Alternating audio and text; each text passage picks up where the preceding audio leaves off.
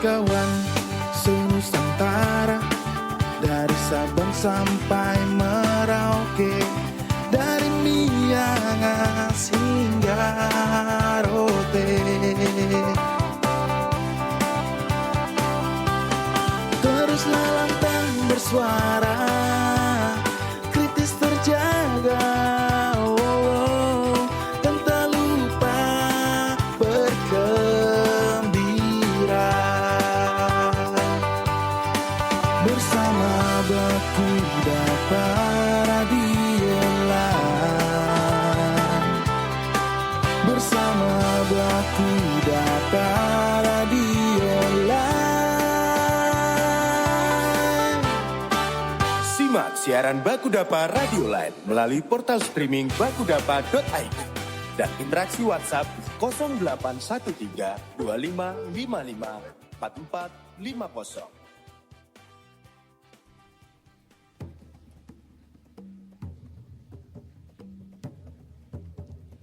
Oke, selamat sore kawan Dapa semua. Senang banget nih di sore hari ini kita kembali bertemu ya di Kita Baca Rita, tentunya cuma di Baku Dapa Radio Line, Baku Sapa di Udara, Baku Ganda dalam Karya. Nah kawan Dapa, belakangan ini kan kita sering banget ya lihat orang-orang tuh makin berani buat bersuara. Tapi di saat yang sama juga muncul nih kekhawatiran, apakah ruang buat bersuara itu emang masih benar-benar aman? Nah itu bakalan kita obrolin hari ini di Kita Baca Rita. Tentunya Satika gak sendiri ya, kita bakal ada 2 narasumber nih yang bakal menemani obrolan kita hari ini. Kita sapa dulu yuk, ada yang pertama ada Mas Arif yang merupakan advokat SEA gitu. Halo Mas Arif. Halo Mas Arif, ya seneng banget nih sore hari ini bisa ngobrol ya sama Mas Arif ya. Terus juga Mas Arif gak sendiri nih hari ini, ada juga Om Ipur nih yang merupakan analis sistem keamanan civic space di SEA. Halo halo Om Ipur gitu, apa kabar? Halo Satmika, kabar baik. Oke. Salam untuk semua teman pendengar Baku Dapa Radio Line. Oke, seneng banget nih sore ini kita bakal ngobrolin topik yang menarik ya, Om Ipur dan Mas Arif ya. Mungkin buat memulai obrolan kita di sore hari ini nih, aku bisa menyampaikan satu pertanyaan. Kalau kita ngomongin kebebasan sipil hari ini, sebenarnya gimana sih kondisi di Indonesia sekarang tuh lagi di fase seperti apa gitu? Mungkin bisa Om Ipur atau Mas Arif yang mau menjawab. Ya, silakan Mas Arif duluan.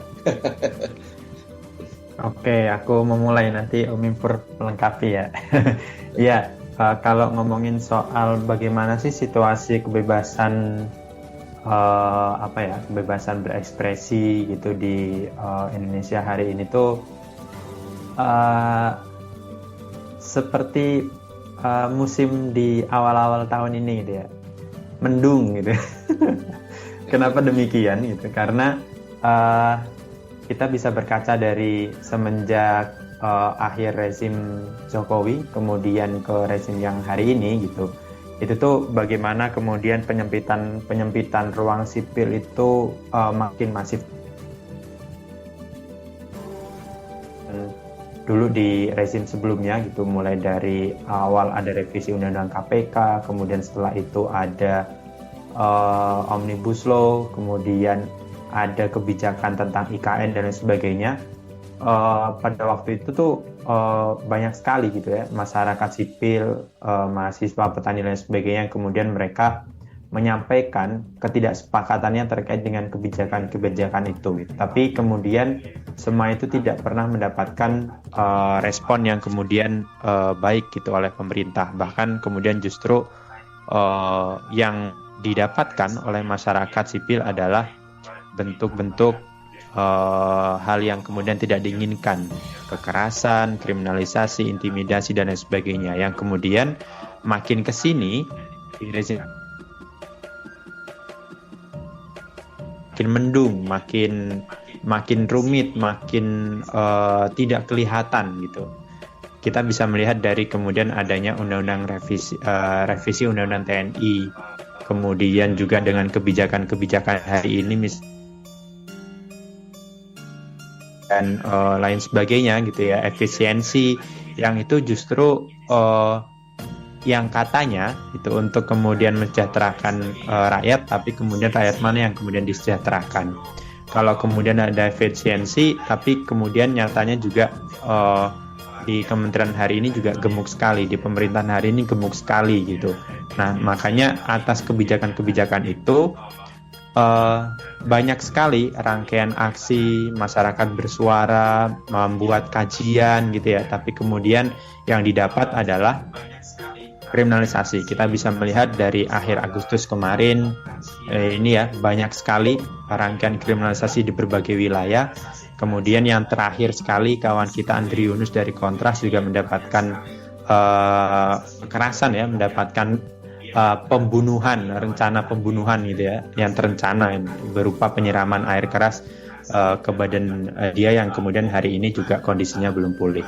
Nah, situasi ini yang kemudian makin bayangannya sih ke depan akan makin sempit gitu ya ruang-ruang sipil kita. Seperti itu, Kak. Oke, berarti kalau misalnya kita punya persepsi atau masyarakat punya persepsi, terutama aku ya sebagai anak muda merasa ruang berekspresi kita makin sempit, itu bukan persepsi aja, tapi emang realita gitu ya, Mas? Betul sekali. Di zaman yang sekarang ya, bagaimana kemudian dengan luasnya media sosial, kemudian kita bisa akses informasi seluas-luasnya gitu ya. Kemudian kita bisa menyuarakan banyak hal di media sosial, bahkan kemudian kita bisa aksi langsung, tapi kemudian ruang-ruang itu, baik ruang digital, ruang fisik juga mengalami penyempitan yang sama. Nah, ini makin demokrasi kita, hak asasi kita itu makin dikikis oleh negara itu sendiri. Oke, aku mau coba tanya sama Om Ipor nih. Kalau tadi ya udah sempat di-mention juga sama Mas Arief, kalau sekarang emang melalui sosial media, melalui ruang digital, itu masyarakat bisa lebih vokal gitu, lebih bebas. Emang rasanya lebih bebas, bisa mengkritik pemerintah lebih langsung, lebih leluasa gitu. Tapi sebenarnya ini tuh bener atau enggak sih? Atau malah jadi bumerang dan menekan masyarakat lebih lagi gitu? Mungkin boleh Om Ipor. Ya, saya kira apa yang terjadi di media sosial itu seperti anomali ya dengan realitasnya. Di satu sisi seakan-akan semua bebas bersuara, tapi di saat yang sama sebenarnya represivitas itu semakin menguat. Nah, persoalannya siapa yang mau disasar? Kalau misalnya kalau kita bicara media sosial, memang seakan-akan ini betul-betul free, orang bisa free. Tetapi seberapa substansi yang dibicarakan, kemudian apakah pembicaraan itu menyangkut persoalan struktural, kemudian kritik yang dibuat itu adalah kritik yang bernas, yang baik untuk negara ini, dan ketika itu bersentuhan dengan kepentingan, maka gampang sekali pemerintah dalam konteks ini mengkriminalisasikan siapapun yang bersuara dengan kencang. Dan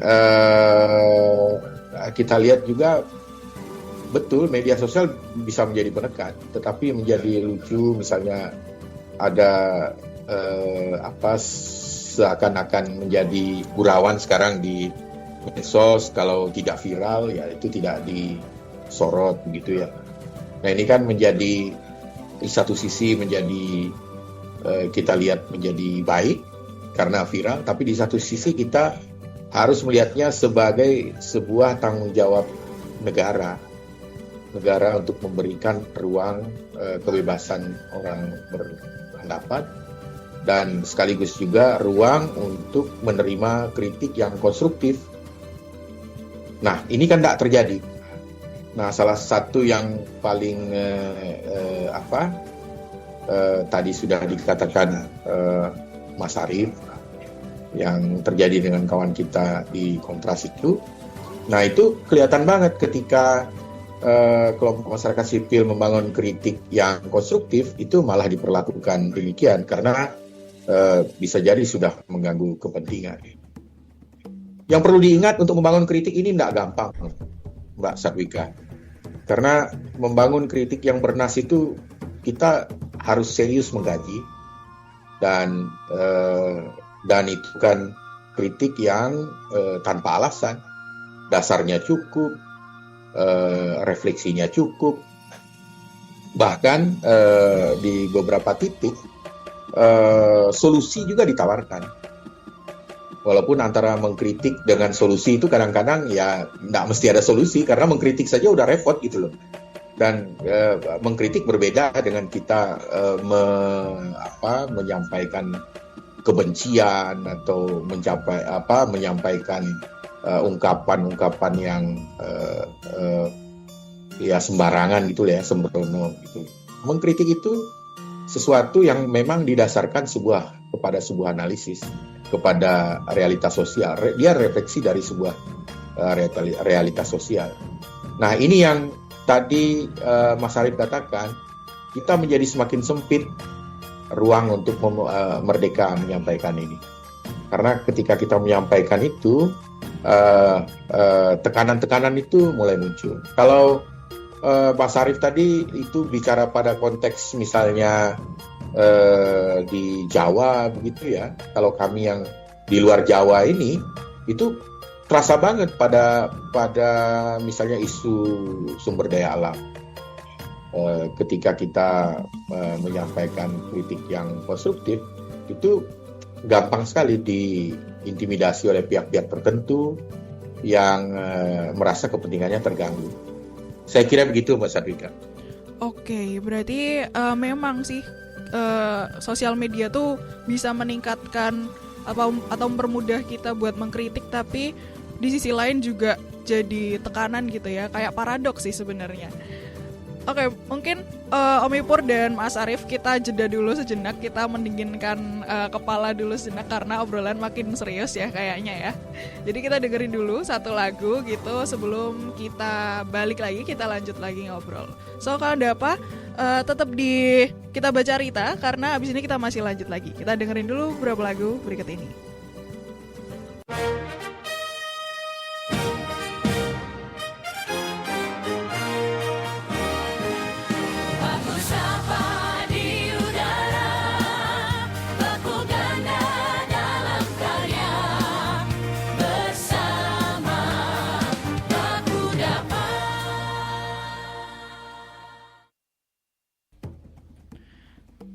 Oke kawan Dapa, kita masih di Kita Baca Rita dan kita lagi ngomongin soal kebebasan berpendapat di ruang sipil gitu ya kawan Dapa ya.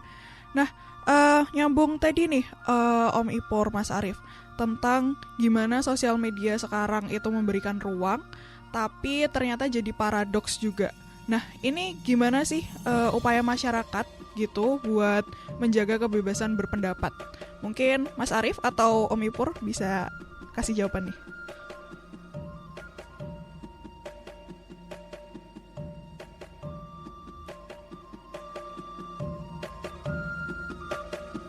Halo. Ya, saya duluan ya, Mbak Mika ya. Oke, silakan Om Ipur. Oke,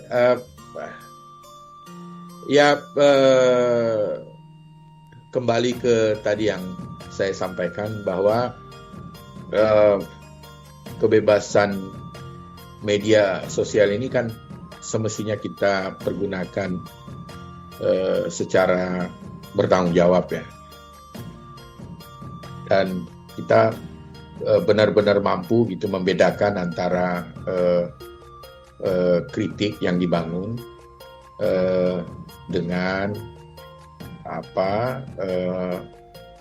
ujaran kebencian misalnya, atau dengan ungkapan-ungkapan yang rasis dan sebagainya. Ini semestinya para pemanfaat media sosial mesti memahami ini dengan baik. Karena untuk saya yang penting itu kritik itu disampaikan secara konstruktif dengan motif yang benar-benar kita dedikasikan untuk membangun bangsa ini. Sehingga kita dalam penerapannya itu konteksnya itu adalah konteks yang positif untuk kemaslahatan banyak orang. Saya membedakan serius antara ujaran kebencian dengan kritik, karena kalau ujaran kebencian itu menurut saya itu terkadang latar belakangi hal-hal yang tidak objektif. Nah, kalau kritik itu mestinya dibangun dengan baik, dengan bernas, dengan dasar pikir yang cukup, dan dia melalui dasar-dasar analisis yang memadai, sehingga kritik itu mempunyai makna yang baik. Nah, ini bukan hanya pegiat media sosial, juga untuk organisasi masyarakat sipil dimanapun. Saya kira kritik itu tetap harus dibangun dengan dasar-dasar pikir yang memadai. Cuma kadang-kadang orang lupa ya, bahwa kelompok masyarakat sipil ini kadang-kadang diremehin gitu, karena dianggap ya siapa sih kelompok masyarakat sipil. Padahal kelompok masyarakat sipil ini dikelompokkan sebagai pilar keempat demokrasi, sebagai kelompok masyarakat yang memang secara konstitusional itu diberikan hak, bahkan kewajiban untuk aktif ikut mengontrol pembangunan misalnya, atau menyuarakan kepentingan-kepentingan publik. Jadi terkadang terlalu gampang. Contoh, kita misalnya bersuara cukup keras, ada tuduhan dianggap antek-antek asing, dianggap jadi alat propaganda pihak tertentu misalnya. Nah, padahal kita berangkat dari pengalaman-pengalaman, kita berangkat dari analisis, kita berangkat dari situasi lapangan yang memang membutuhkan perbaikan situasi. Tetapi kadang-kadang pihak pemerintah begitu tidak, atau pihak-pihak mitra pemerintah yang mungkin merasa terganggu dengan kritik-kritik ini, merasa bahwa ini adalah musuh sehingga diperlakukan dengan tidak baik. Dengan kata lain, sebenarnya tadi Mas Arief di segmen awal sudah menyatakan bahwa indeks demokrasi kita ini menurun. Sehingga ya saya kira ini laporan indeks demokrasi internasional juga menyatakan bahwa indeks demokrasi kita itu menurun. Dan kebebasan berekspresi ini menjadi hal yang menjadi sulit sekarang. Dan sudah benar tadi Mbak Sarwika mengatakan, ini sepertinya paradok. Di satu sisi kayaknya orang bebas saja bersuara, tapi bebas bersuara yang seperti apa gitu. Kalau misalnya Anda sudah mulai menyinggung pihak tertentu dan pihak tertentu mulai terganggu, Anda bisa menjadi sasaran tindakan represivitas. Saya kira begitu. Iya, itu ya Om, bahwa emang sih kondisinya makin lama tuh pemerintah rasanya ya makin represif. Apakah ini persepsi pribadi saya, atau emang ternyata beneran terjadi gitu? Tapi kalau respon dari pemerintah ternyata represif, kita berkaca aja lah dari aktivis Andrinus yang belum lama disiram dengan air keras, yang ini kan ancaman pembunuhan ya, ancaman keselamatan gitu. Tadi sempat di-mention sama Mas Arief. Kalau kayak gini itu sebenarnya mekanisme partisipasi publik kita kan artinya tidak berjalan atau belum berjalan. Nah, ini nantinya akan berefleksi atau beresiko seperti apa nih buat kehidupan bernegara kita? Mungkin bisa nih Mas Arief jawab dari pertanyaannya. Iya, aku ingin memulai dari tadi yang sudah disampaikan sama Bang Ipur gitu ya.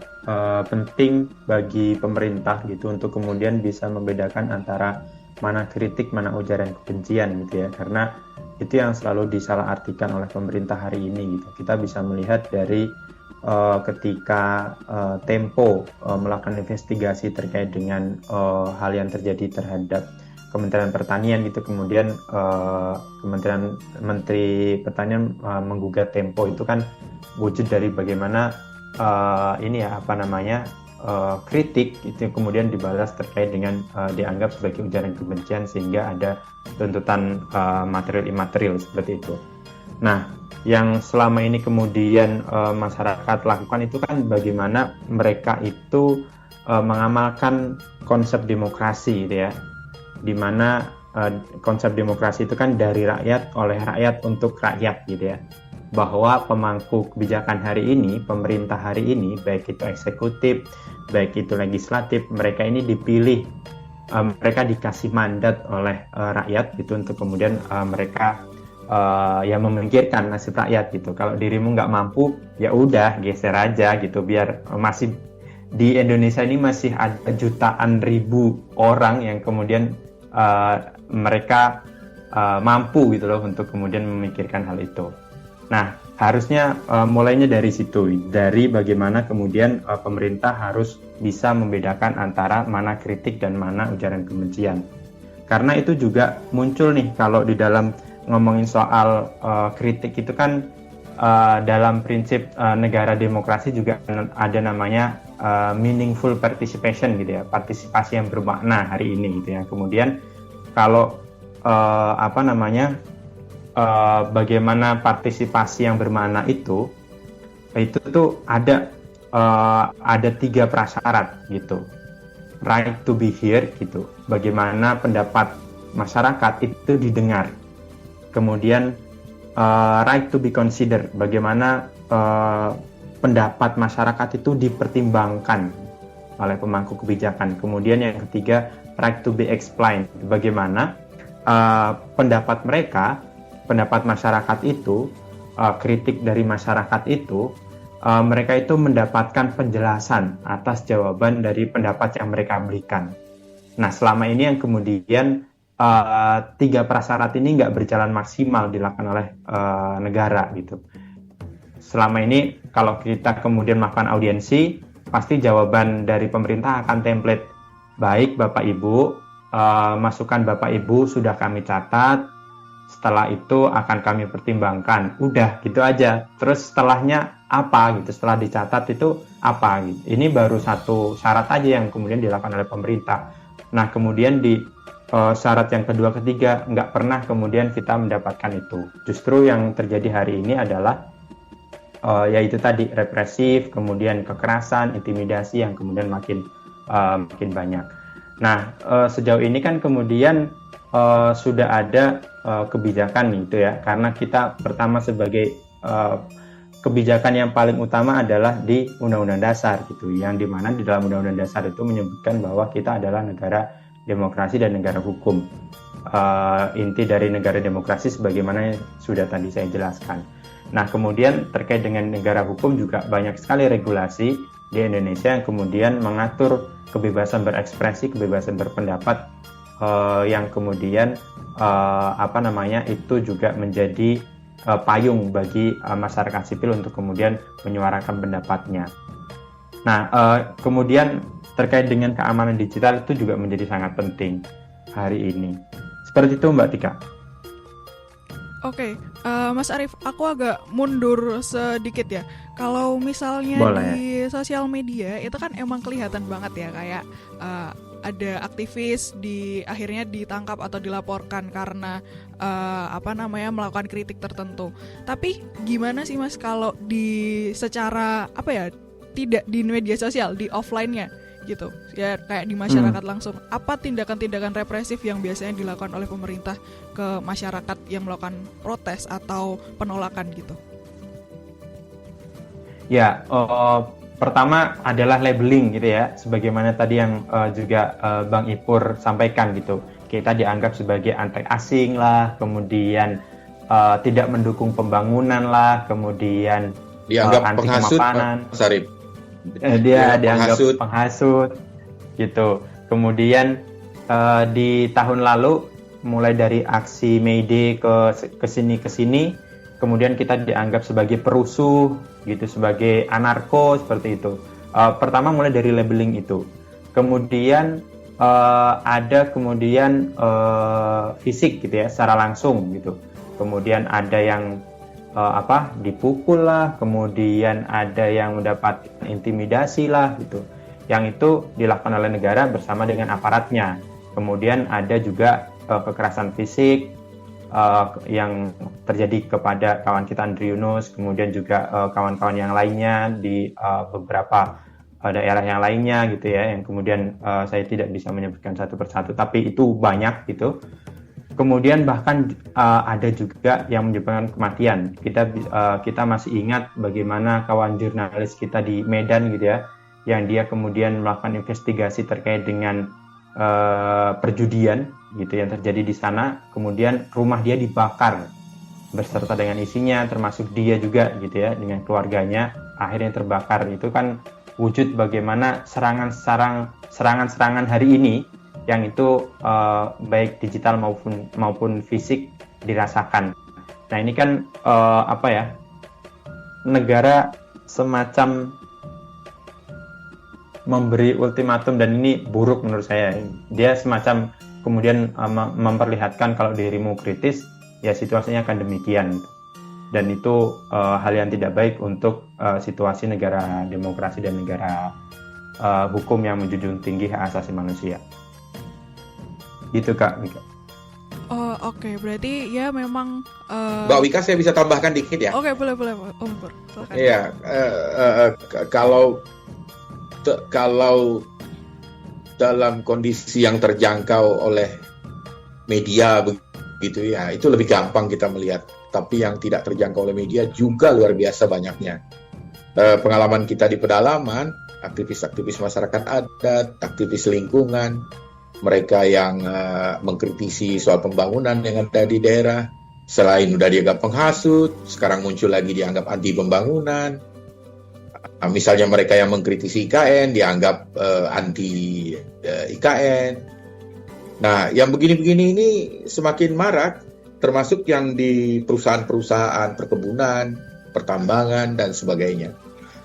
Ditambah lagi dengan kehadiran militer misalnya yang ada di perkebunan, di banyak proyek-proyek yang strategis maupun yang tidak strategis, tapi sekarang udah dijaga itu sama aparat. Dan ini menjadi semakin horor ya sebenarnya, karena ini sama seperti Orde Baru dulu, ketika kebebasan sipil itu sangat sempit ya, dan kita gampang sekali bukan hanya diintimidasi, bahkan dihilangkan. Nah, arahnya ke sana, represivitas ini arahnya ke sana. Kalau kita tidak bersuara ramai-ramai untuk memperbaiki situasi ini, bukan tidak mungkin bahwa kita akan tersesat di jalan otoritarianisme. Saya kira itu. Makasih. Oke, terima kasih tambahannya Om Ipur. Nah, itu yang jadi sedikit concern saya ya. Kalau misalnya memang ngelihat di sosial media atau ngelihat di media, memang udah kelihatan kalau banyak nih represi yang dilakukan oleh pemerintah kepada masyarakat dan orang-orang yang mengkritik gitu. Tapi ternyata di yang tidak terjangkau media atau sosial media itu kan tentu pasti lebih banyak lagi. Dan seperti yang disampaikan Om Ipur juga tadi, mulai dari labeling sampai ancaman kematian itu kan semuanya ada. Nah, ini kan masyarakat jadi makin lama makin takut ya untuk bersuara, untuk berpendapat, untuk menyampaikan aspirasi mereka kepada pemerintah. Arahnya kan tadi Om Ipur juga udah menyampaikan kalau kita bakal kembali seperti masa Orde Baru. Terus kita sebagai masyarakat sipil harus gimana gitu, Om Ipur atau Mas Arief? Enaknya seperti apa nih kita?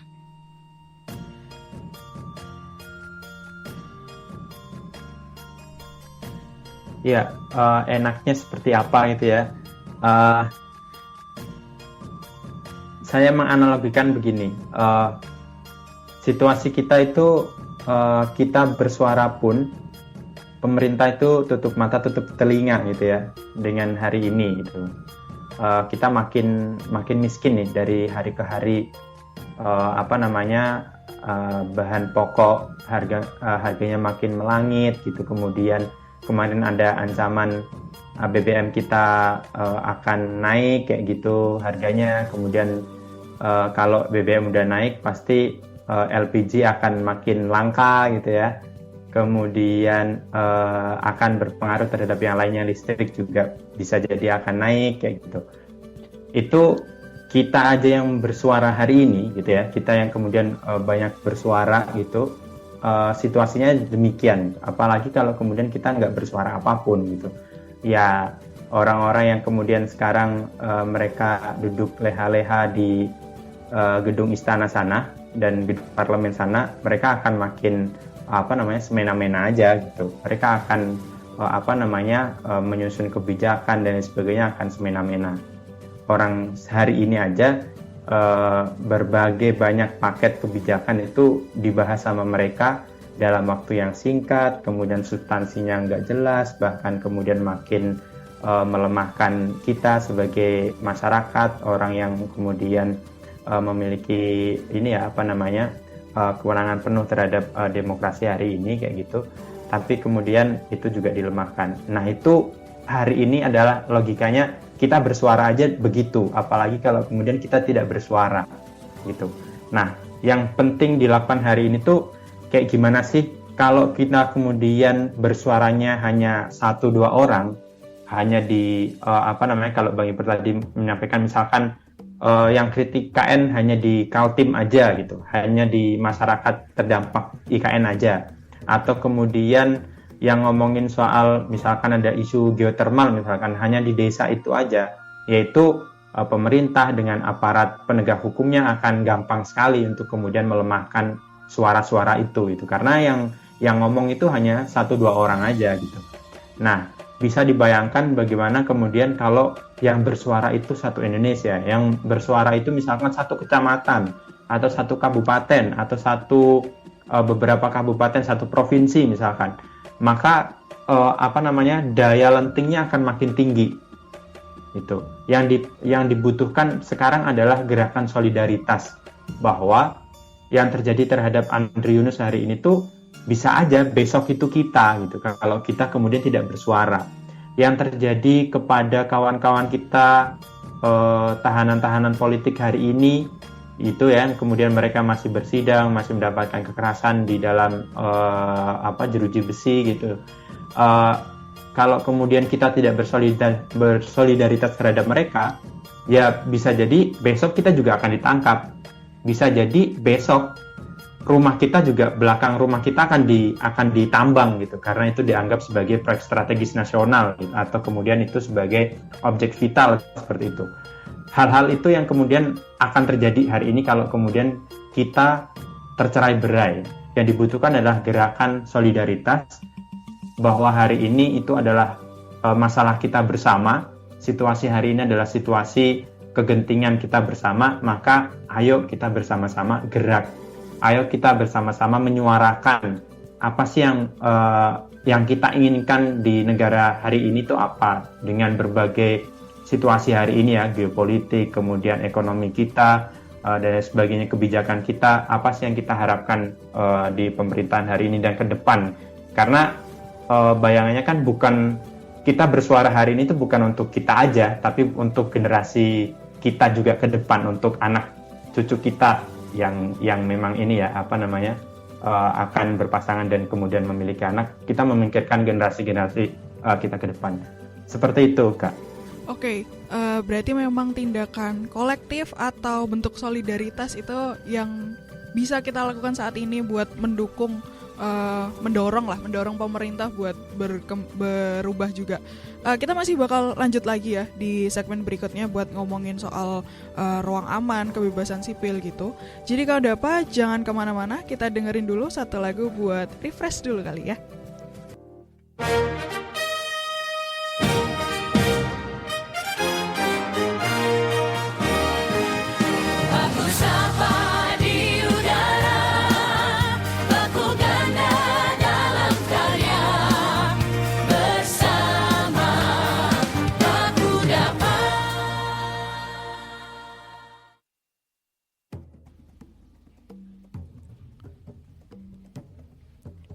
Oke, kawan Dapa, kita kembali lagi nih. Kita masih ngomongin soal kebebasan berpendapat, kita ngomongin ruang aman di ruang sipil gitu. Kalau tadi kita dengar ya dari Mas Arief dan Om Ipor, kondisi represivitas itu cukup tinggi ya di Indonesia, terutama pada masyarakat-masyarakat yang mengkritik baik secara langsung ataupun di media sosial. Nah, untuk sekarang nih Mas Arief atau Om Ipor ya, gimana sih kan kalau tadi yang bisa kita lakukan adalah tindakan solidaritas ya. Nah, kalau aku pribadi ya melihat kondisi generasiku Gen Z gitu, itu mulai merasa kalau kita semakin banyak kritik itu bakal kita semakin direpresi. Pertama itu, terus bahkan sampai ancaman keselamatan diri dan juga keluarga gitu terancam. Nah, gimana nih caranya mendorong teman-teman generasi sekarang gitu buat ikut bergerak, ikut menyampaikan kritik? Soalnya kalau dilihat ya, Indonesia ini makin hari kalau udah viral, besok ada masalah baru yang harus diviralin lagi. Nah, ini biar semua ini bisa tertampung, bisa tetap bisa menyentil pemerintah gitu, gimana? Mungkin Om Ipur deh bisa jawab. Iya. Tadi Mas Arief sudah mulai dengan solidaritas. Nah, saya kira ini kata kunci karena kita ini kelompok masyarakat sipil yang sebenarnya secara ilmu negara gitu ya, kita ini adalah kelompok masyarakat kan merelakan hak kita sebagian dikelola oleh pemerintah. Nah, jadi kita sebenarnya bukan aparatur. Mereka lah yang aparatur, yang diberikan hak-hak istimewa untuk punya senjata, untuk punya kebijakan, untuk melakukan tindakan polisionil, tindakan represif. Nah, kalau kita mau represif, namanya anarkis kan gitu, dan bisa dijerat dengan kriminal. Nah, itu kira-kira. Nah, itu kesadaran seperti itu, kalau dihubungkan dengan tadi solidaritas, itu kita mau tidak mau untuk teman-teman Gen Z, itu dan CSO saya kira untuk kelompok sipil lainnya, itu memang kita harus meningkatkan kesadaran. Meningkatkan kesadaran itu tidak bisa ditawar. Kita harus mengerti sejarah, kita harus mengerti banyak hal, kita harus mengerti Orde Baru, sehingga ketika kita mengatakan ini seperti Orde Baru sekarang ini, nah teman-teman Gen Z mengatakan Orde Baru itu kayak apa ya, kira-kira begitu. Nah, itu mau tidak mau harus dipelajari. Nah, sehingga tiba-tiba ada ada semacam meme bahwa enak di zamanku dulu gitulah kira-kira ya, di Orde Baru. Nah, itu tidak serta-merta bisa mempengaruhi cara berpikir yang memang kita sudah sadar, dan itu bisa dilakukan dengan pendidikan. Nah, pendidikan itu bukan hanya pendidikan formal, juga pendidikan non formal. Dan jangan bergerak sendiri juga, karena kita harus mulai membangun jaringan. termasuk teman-teman Gen Z. Jangan bergerak sendiri-sendiri, bangunlah jaringan sehingga kegiatan kita itu teramplifying dengan baik dan besar.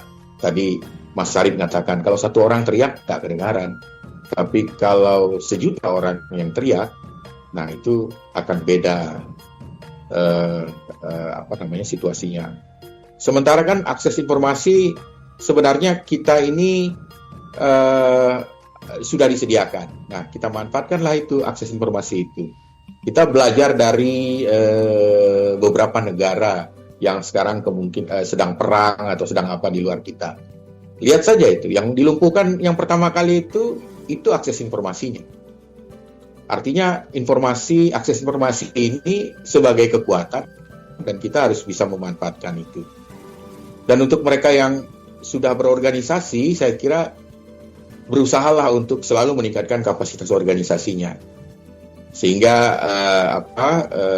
organisasi masyarakat sipil itu memahami strategi advokasi, kemudian memahami hak asasi manusia yang baik, sehingga kita tidak gampang tidak gampang dipatahkan secara retorika.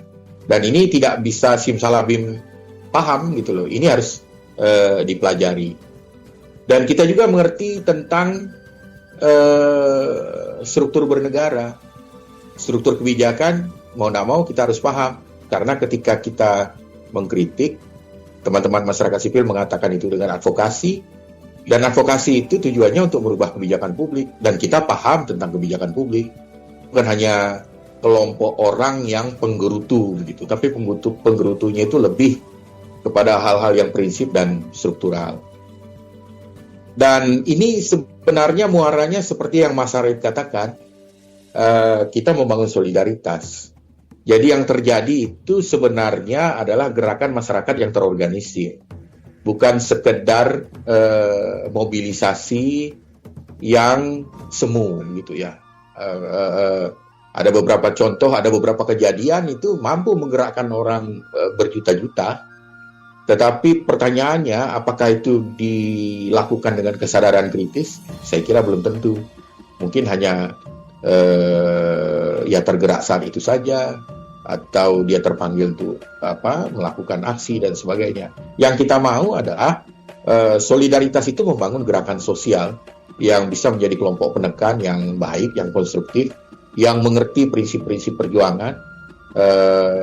Dan yang paling penting tadi itu kesadaran yang Mas Syarif katakan bahwa keadaan hari ini negara kita, negara tempat kita akan beranak pinak. Nanti cucu kita akan mewarisi situasi ini. Nah, kalau kita tidak bersuara sekarang, tidak memperbaiki itu sekarang, maka kita ini yang menanamkan benih dan yang nanti panen adalah anak cucu kita.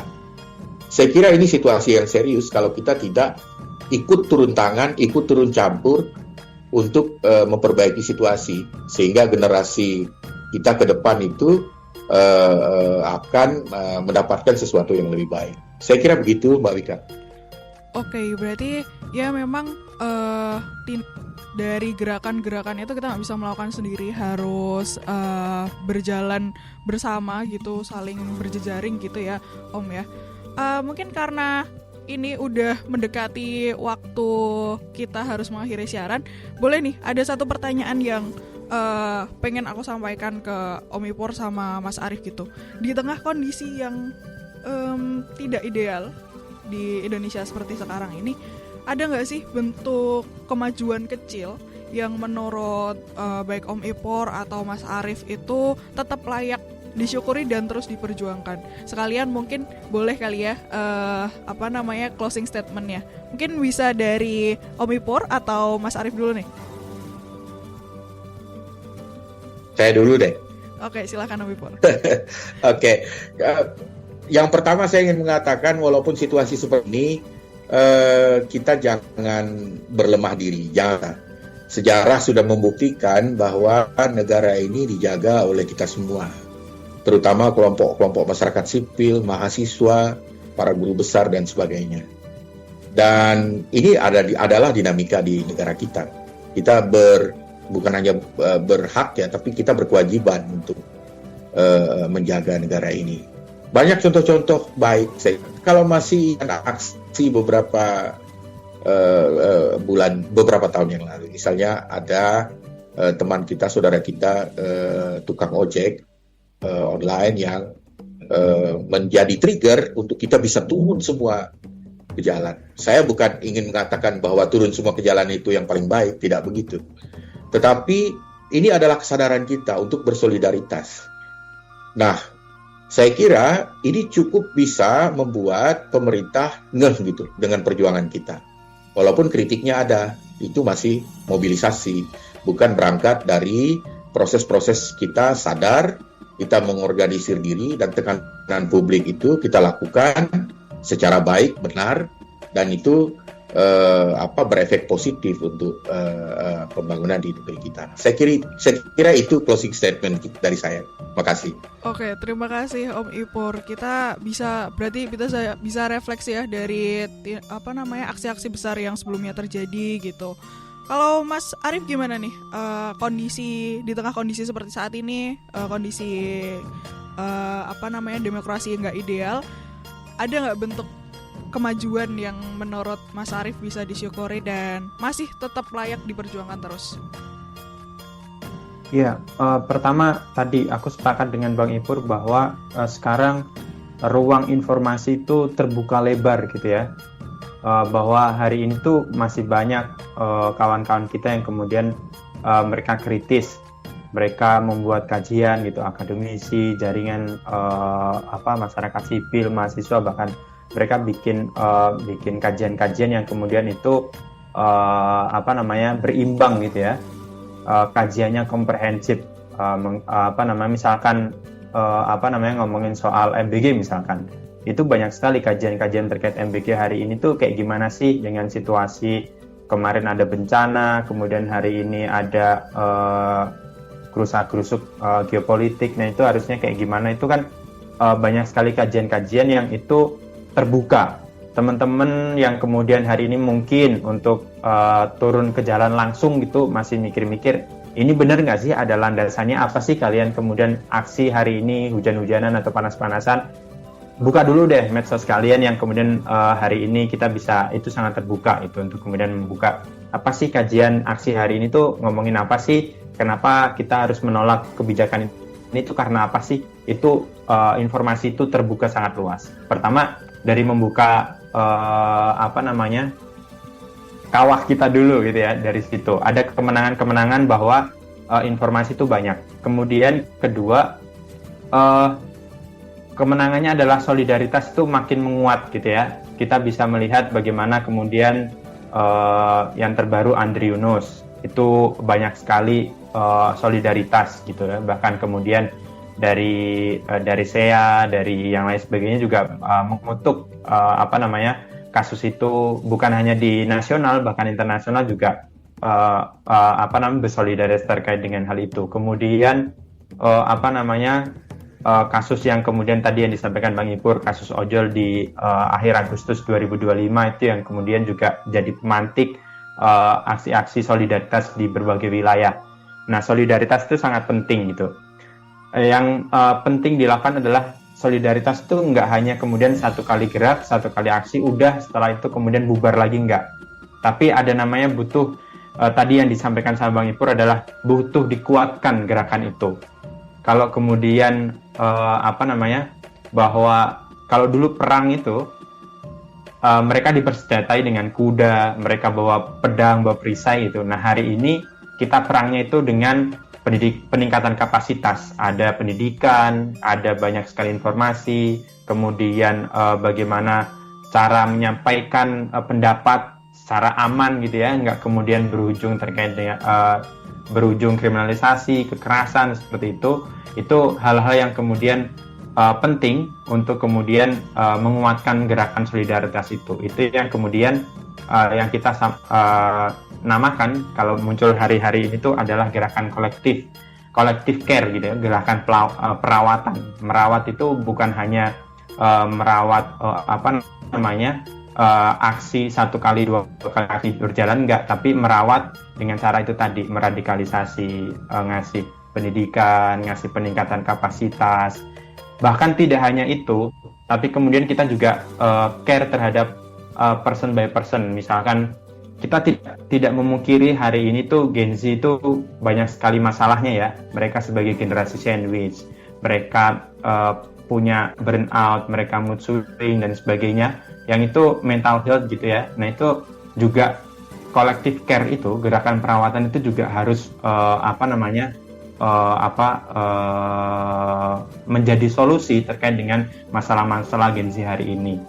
Dengan adanya collective care itu, bayangannya gerakan solidaritas akan makin menguat, dan bukan tidak mungkin sejarah-sejarah yang dulu itu akan terulang lagi di Indonesia. Terima kasih. Oke, terima kasih Mas Arief.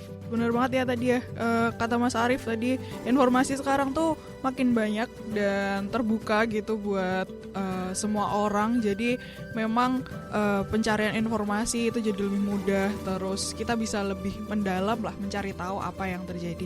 Nah, makasih banget Mas Arief dan Om Ipur ya yang sudah bergabung di sore hari ini.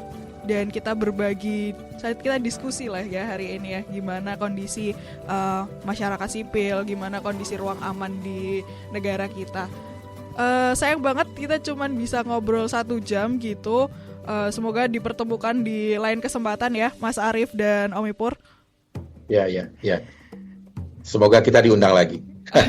Tentu kita semoga nanti semua kita dalam kondisi sehat. Amin. Ya.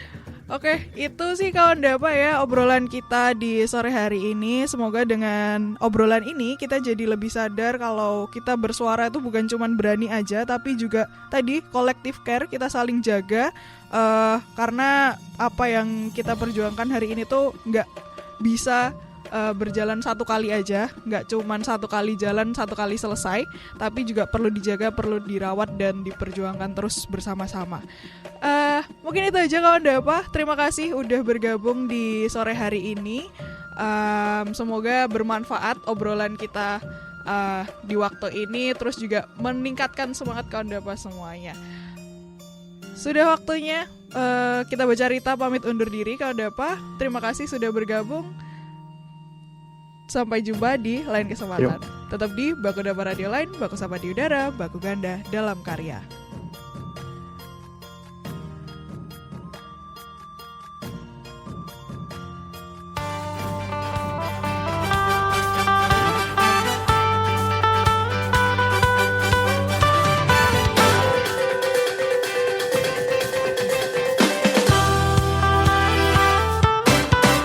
Hei kawan senusantara, dari Sabang sampai Merauke, dari Miangas hingga Rote. Teruslah lantang bersuara, kritis terjaga, dan tak lupa bergembira.